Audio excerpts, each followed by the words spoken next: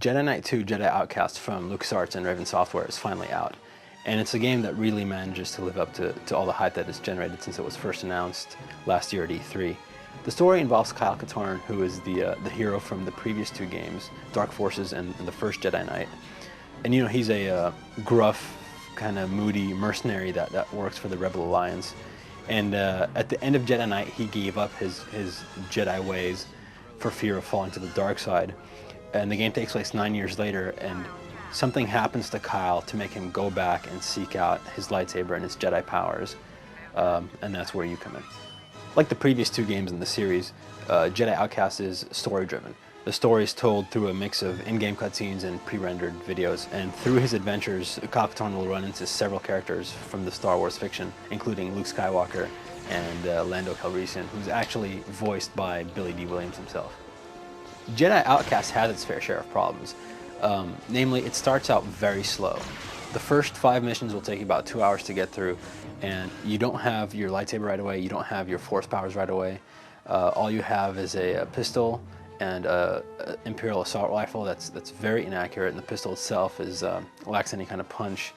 And all you're doing in these first 5 missions is fighting wave after wave of stormtroopers. And there's nothing wrong with fighting stormtroopers. Their AI is great. They'll run away when they take damage, and they'll try to flank you in areas where possible. But it just becomes a little overwhelming, and after a while it becomes repetitive. And these first missions are kind of just filled with these jumping challenges and door key puzzles that just kind of wear thin after a while. After these first 5 missions, though, Kyle Katarn finally gets his lightsaber, and he finally learns his force powers. And then the game really does a 180 and transforms itself into this excellent first-person shooter. The focus of the game then turns to using your force powers in harmony with your new lightsaber. And the way this is done in Jedi Knight 2 is really different than the way it was done in the original game, Jedi Knight. In that game, you were given points to allocate to force powers as you wish at the end of every mission. Here, they're very specific in what force powers they give you when you complete every level. There are 8 force powers in the game, and some of them are taken from Jedi Knight 1, while others are brand new to the series. One of the new ones is the Jedi Mind Trick. Using this, Kyle can persuade enemy soldiers to open locked doors for him, and he can even persuade them to open fire on their own comrades.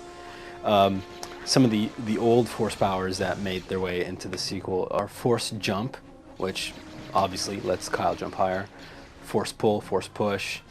As Kyle progresses through the game, his 8 force powers will gradually increase in strength. Each of the 8 force powers can be upgraded, so to speak, 3 times. Easily the best part about Jedi Outcast are the saber fights. The saber combat system in the game is deceptively deep.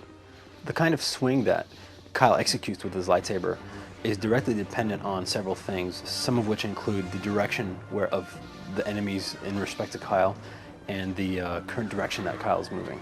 So if there's a stormtrooper standing behind Kyle, for instance, and you press back and slash, he will stab backwards without even looking. But in addition to the lightsaber, there are plenty of other weapons available to Kyle Katarn in Jedi Outcast. Some of them are the standard Briar pistol and the Imperial assault rifle, to a couple of new weapons that were never in any of this series before, like the rocket launcher and the flechette cannon. Although, to be fair, once you get your lightsaber, you'll never really feel the need to use the other weapons in the game. The lightsaber, in combination with your force powers, becomes so much fun to use, and they make you feel so powerful that they kind of just render everything else obsolete. In addition to the single-player campaign, Jedi Outcast also has a very, very deep multiplayer component as well. There are 7 gameplay modes that you can choose from, and these are just variations of the standard free-for-all, team deathmatch, capture the flag, and whatnot, with slight twists to make them fit the Star Wars universe. Like, while there is a capture the flag mode, there's also a capture the Isala Mari mode, which it's a little lizard that cancels out the force powers, as told in the Star Wars fiction. And in the game, when you pick him up, you're not allowed to use force powers, but conversely, other people are not allowed to use force powers on you. So a little twist on that should please fans of Star Wars.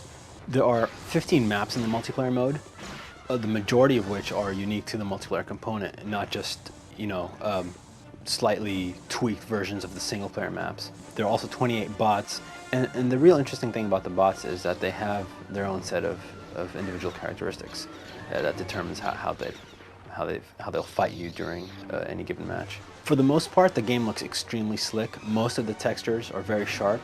There's a subtle amount of environment mapping and reflection in the game, particularly on things like the stormtroopers who wear glossy white armor.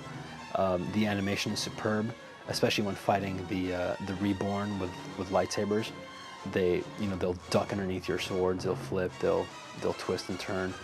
Once you get over the initial hump, those first 2 or 3 hours, you'll find that Jedi Outcast has the best combat since probably Half-Life. It's a very long game. It'll take you probably a solid 20 hours to finish. It's a very hard game, so it'll keep you challenged. And the multiplayer is very deep, so it'll keep you coming back for more once you finish the single-player game. I thoroughly recommend it for anyone, again, who's a fan of action shooters and all Star Wars fans.